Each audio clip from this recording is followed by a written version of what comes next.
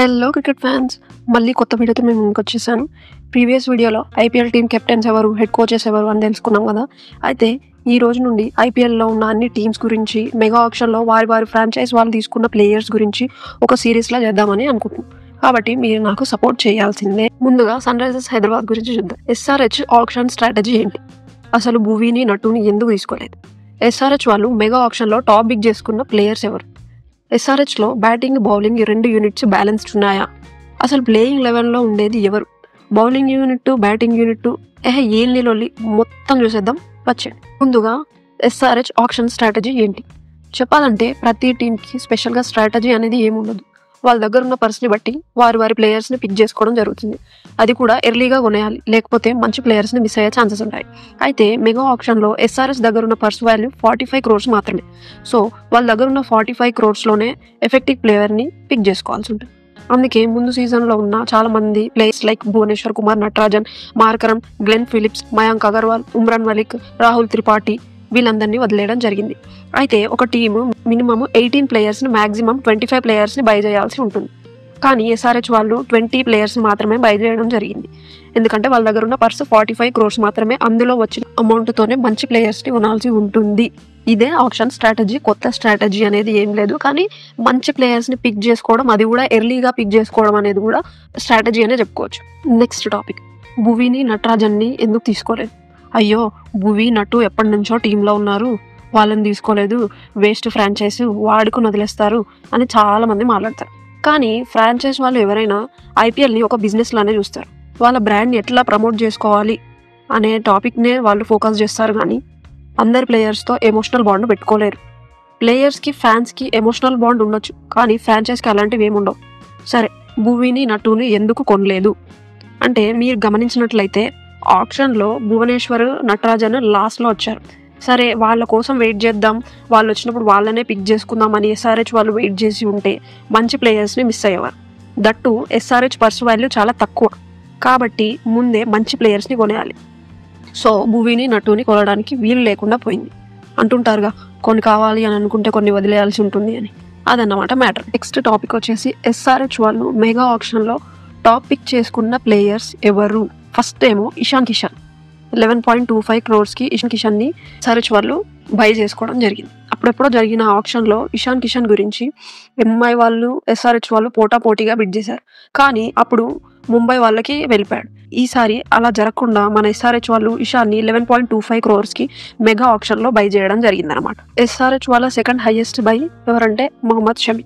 షమిని 10 crores SRH వాళ్ళు కొనేసుకున్నారు. షమి భువీ ప్లేస్ని replace చేస్తాడని నేను అనుకుంటున్నా. భువీ కూడా పవర్ ప్లేలో బౌలింగ్ చేస్తాడు, న్యూ బాల్తో బౌల్ చేస్తాడు.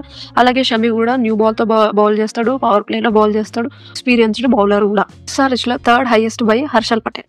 హర్షల్ పటేల్ని 8 crores ఎస్ఆర్హెచ్ వాళ్ళు తీసుకున్నారు. ఇంతకు ముందు తను పంజాబ్, ఆర్సీబీ టీంలో ఆడినప్పుడు చూసాం. హర్షల్ పటేల్ మిడిల్ ఓవర్స్లో, డెత్ ఓవర్స్లో బౌలింగ్ చేస్తాడు. ప్రీవియస్ ఇయర్స్లో పర్పుల్ క్యాప్ కూడా వచ్చింది. ఇప్పుడు కూడా ఎస్ఆర్హెచ్లో మంచి పర్ఫార్మెన్స్ ఇస్తాడని నేను ఎక్స్పెక్ట్ చేస్తున్నా. ఇంకొక ప్లేయర్ రాహుల్ చహర్. ఇతన్ని 3.2 crores ఎస్ఆర్హెచ్ వాళ్ళు బై చేశారు. Rahul Chahar leg spinner. SRH వాళ్ళ ఇంకొక బెస్ట్ బై ఏంటంటే అభినవ్ మనోహర్. అభినవ్ మనోహర్ ఇంతకు ముందు గుజరాత్ టీంలో ఉన్నాడు. ఇప్పుడు ఎస్ఆర్హెచ్ వాళ్ళు అభినవ్ మనోహర్ని 3.2 crores బిడ్ చేయడం జరిగింది. చాలా బాగా బ్యాటింగ్ చేస్తాడు. ప్రీవియస్ సీజన్లో చూస్తే గుజరాత్ టీంలో తక్కువ సార్లు ఆడినా కూడా మంచి ఇంపాక్ట్ ఇస్తాడు. Next Adam Zampa. ఆడమ్ జాంపాని ఎస్ఆర్హెచ్ వాళ్ళు 2.4 crores కొనుక్కున్నారు. ఇతను leg spinner. Adam Zampa wicket taking bowler అని చెప్పుకోవచ్చు. ఇక్కడ నుంచి తక్కువ అమౌంట్ పెట్టి కొనుక్కున్న ప్లేయర్స్ ఎవరో చూద్దాం. సిమర్జిత్ సింగ్. ప్రీవియస్ సీజన్లో సిఎస్కేలో ఆడినప్పుడు చూసాం, ఇప్పుడు ఎస్ఆర్హెచ్లోకి వచ్చేసిండు. నెక్స్ట్ ఏమో ఈశాన్ మలింగా, అనికేత్ వర్మ, నెక్స్ట్ జీషాన్ అన్సారీ. నెక్స్ట్ ఏమో కామేందు మెండిస్. కామేందు మెండిస్ గురించి చెప్పుకోవాల్సింది ఏంటంటే అంబిడెక్స్ట్రస్, అంటే అర్జునుడిలా అనమాట. ఇతను రైట్ హ్యాండ్తో అండ్ లెఫ్ట్ హ్యాండ్తో రెండు చేతులతో బౌలింగ్ చేస్తాడు. ఇతను బ్యాటింగ్ కూడా బాగా చేస్తాడు. సో కామేందు మెండిస్ ఆల్రౌండర్ అని చెప్పుకోవచ్చు. వీళ్ళతో పాటు అథర్వ టైడే, సచిన్ బేబీ కూడా ఉన్నారన్నమాట.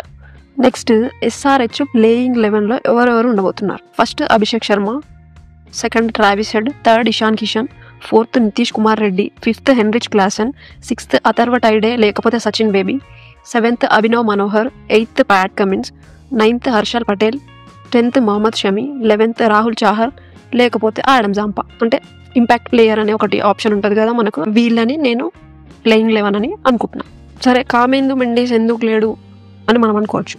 టీంలో ఫారిన్ ప్లేయర్స్ 4 మెంబర్స్ కంటే ఎక్కువ ఉండకూడదు, ఇది అందరికీ తెలుసు. కాబట్టి కామెందు మెండిస్ని ప్లేయింగ్ 11లో ఉంచాలి అనుకుంటే ఆడమ్ జాంపాలి లేకపోతే ఇంకా వేరే ఎవరైనా ఫారిన్ ప్లేయర్స్ని తీసేయాల్సి ఉంటుంది. చాలా మ్యాచెస్ ఉంటాయి కాబట్టి ఏదో కొన్ని మ్యాచెస్లో అయినా కామెందు మెండిస్ని ఆడిస్తారని నేను అనుకుంటున్నా. సో చూద్దాం. నెక్స్ట్ టాపిక్ ఏమో SRH batting unit bowling unit 2 balanced ఉన్నాయా అంటే, బ్యాటింగ్లో చూస్తే Abhishek Sharma, Travis Head, Ishan Kishan, Nitish Kumar Reddy, Heinrich Klaasen, Abhinav Manohar, Atharva Taide, Sachin Baby, Pat Cummins, Harshal Patel, ఇక్కడ వరకు బ్యాటింగ్ యూనిట్ ఉంది. సో SRH బ్యాటింగ్ యూనిట్ సాలిడ్గానే ఉంది అని చెప్పుకోవచ్చు.